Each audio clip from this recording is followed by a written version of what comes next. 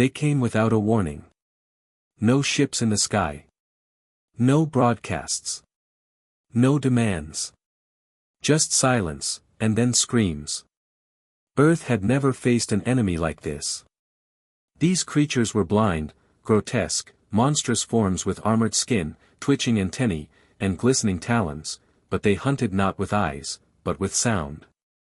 A whisper, a gasp, a heartbeat too loud, and they struck with terrifying precision. Cities fell in hours.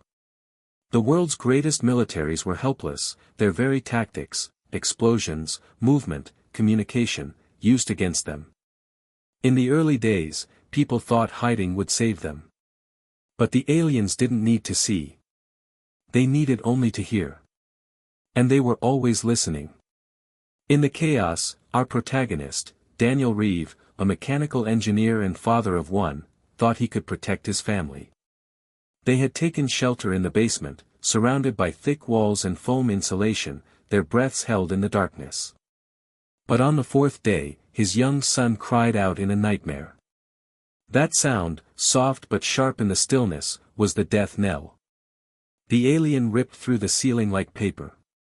Daniel saw its form clearly then, a hulking beast of bone and pulsing flesh, its head a ridged dome with twitching feelers, mouth a writhing spiral of teeth. He tried to fight it, but in an instant, it was over. His wife and son were gone. The creature vanished into the dark. And Daniel was left breathing in silence, surrounded by blood. Grief became his fuel. Vengeance became his purpose. He wandered a ruined earth where human voices had been extinguished. Cities stood like tombstones. Skies were black with ash. Fires burned unchecked. Daniel traveled alone, learning how the creatures moved. He watched them from ruins, traced their behavior. He learned something no one else had figured out: their armor was impenetrable, except for one place. The head. A precise blow to the crown disrupted their neural systems, killing them instantly. But getting close enough to strike was suicide, unless you were absolutely silent. So he built weapons not from guns or bombs, but from silence. A spring-loaded spear that made no sound when triggered. A silenced hammer made from tungsten. Boots lined with sponge. And a suit that hugged every inch of his body, reducing his heat signature and masking his scent. He became a shadow. A ghost. Where he walked, the aliens died, and they never knew who had struck them. One by one, Daniel hunted them down. He left marks near their corpses, a silent R burned into walls. People began whispering legends of a wraith who killed the sound hunters. Some thought it was a myth. Others called him the Revenant. But Daniel was real. And he wasn't done. In the shattered ruins of Chicago, he found a girl, barely 12, mute from trauma. She had survived alone, using silence as instinct. Daniel took her under his wing. Together they moved from place to place, finding more survivors. By now, most humans believed the world was lost. They lived underground or in deep forests, too afraid to even cough. Daniel gave them hope. He taught them the weakness. He trained them to move quietly, to strike swiftly. He forged an army not of soldiers, but of ghosts. Each wore dark suits. Each carried silent weapons. And each knew, aim for the head. The final battle took place in the remains of New York City, where the largest alien nest pulsed beneath the old subway system. Daniel led the assault himself, a team of 50 survivors at his back. They moved in like shadows, slipping through tunnels, bypassing sensors. When they struck, it was surgical. Blades to skulls. Hammers to domes. For once, the creatures didn't know where the danger was coming from. Their own sensitivity to sound betrayed them, echoes confused them, decoys misled them. Daniel planted speakers to emit false noise and led entire groups into traps. Hours later, it was done. The final nest was silent. Humanity had survived. Years passed. Cities were rebuilt. Children laughed again, Music returned to the air. But history would never forget the silence. Statues were raised not to generals or presidents, but to Daniel Reeve, the man who walked in silence, the man who avenged Earth. His face was carved into stone, his weapon displayed in the Hall of Survivors. The girl he saved grew up and told his story. And that story became legend. And in the new world, every child learns the first rule of survival, not from a book, but from memory. Speak softly. Move quietly. And never forget who gave us back our voice. But vengeance, as cathartic as it had seemed, had left behind an ache that no number of dead aliens could fill. In the eerie stillness of reclaimed Earth, Damien stood as a battered monument to both humanity's loss and its stubborn defiance. His soul bore scars deeper than any wound he'd sustained in battle, scars of silence where laughter once echoed, where lullabies once lived. But amidst the ruins, he wasn't alone for long. Survivors began to emerge. They came in small bands, shell-shocked, cautious, armed with makeshift weapons and stories too horrific to speak aloud. Many had survived like Damien, hiding in silence, watching loved ones perish under the relentless brutality of the sound-seeking aliens. Some had seen entire cities go dark in minutes. Others had learned the rules of survival too late. They had all lost, yet they had all endured. Damien became their symbol.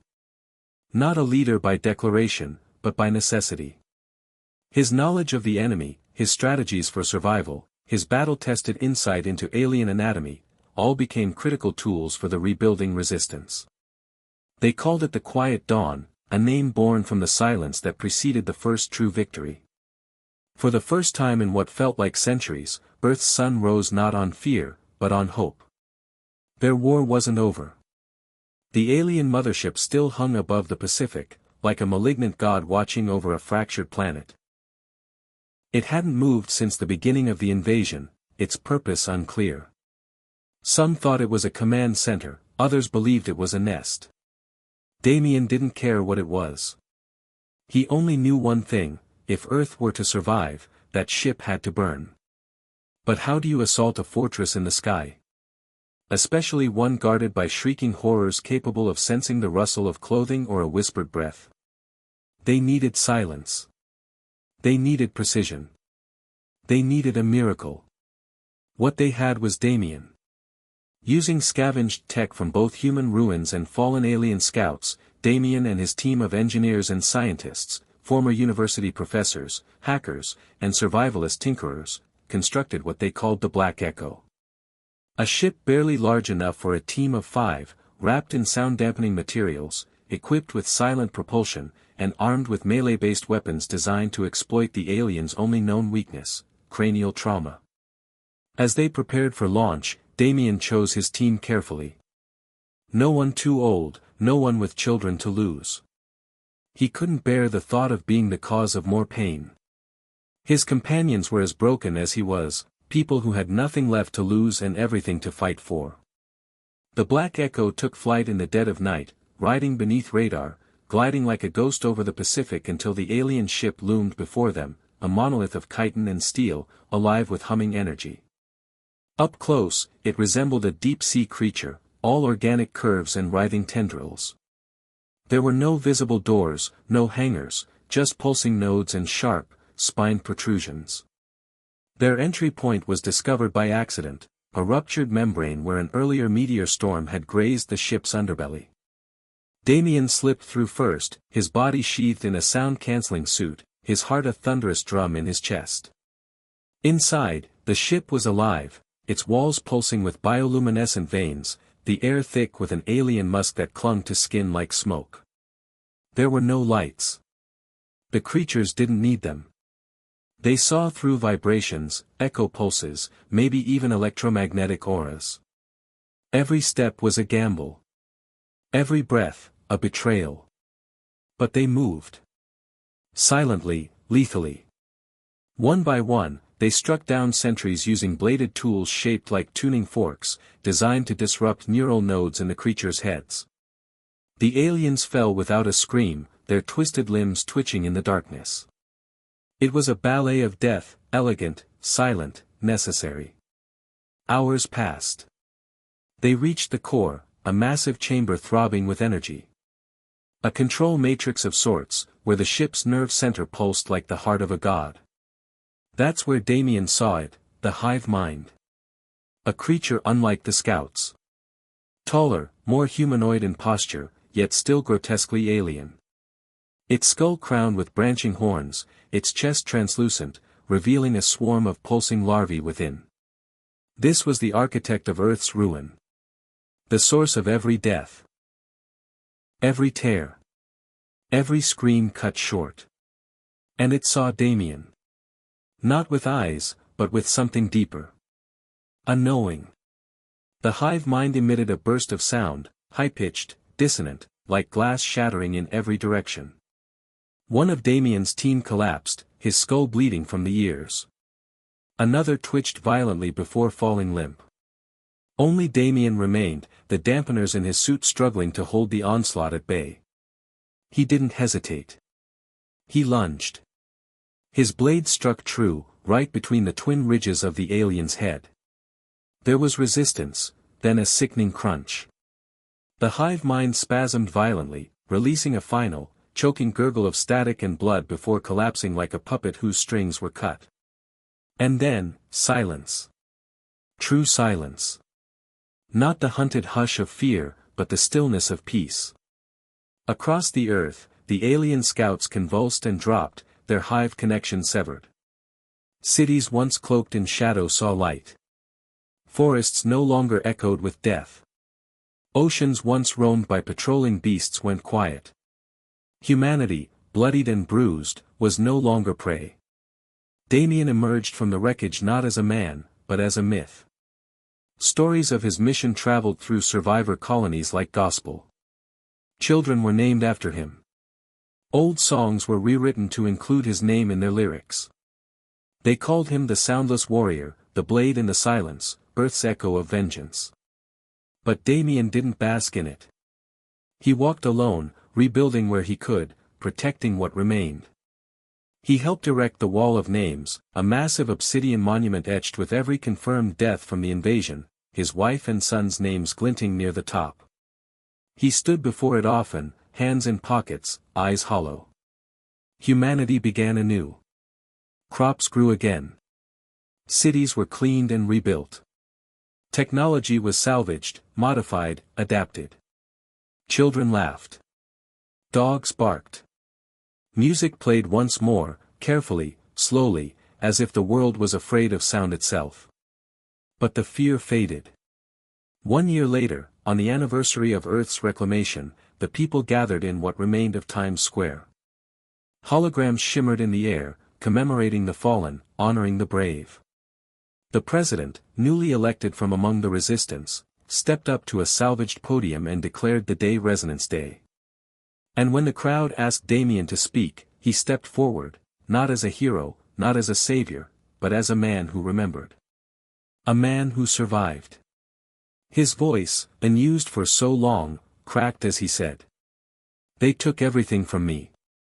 But they gave us something, too. They taught us that silence isn't weakness. It's patience.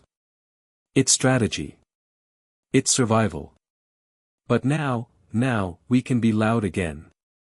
The crowd erupted, not in panic, but in jubilation. Applause. Cheers. Laughter. Sound. Triumphant, defiant, human sound. From the ruins, a species once nearly extinct roared back into life. Not just surviving, but living. The silence was over. Earth belonged to humanity once more.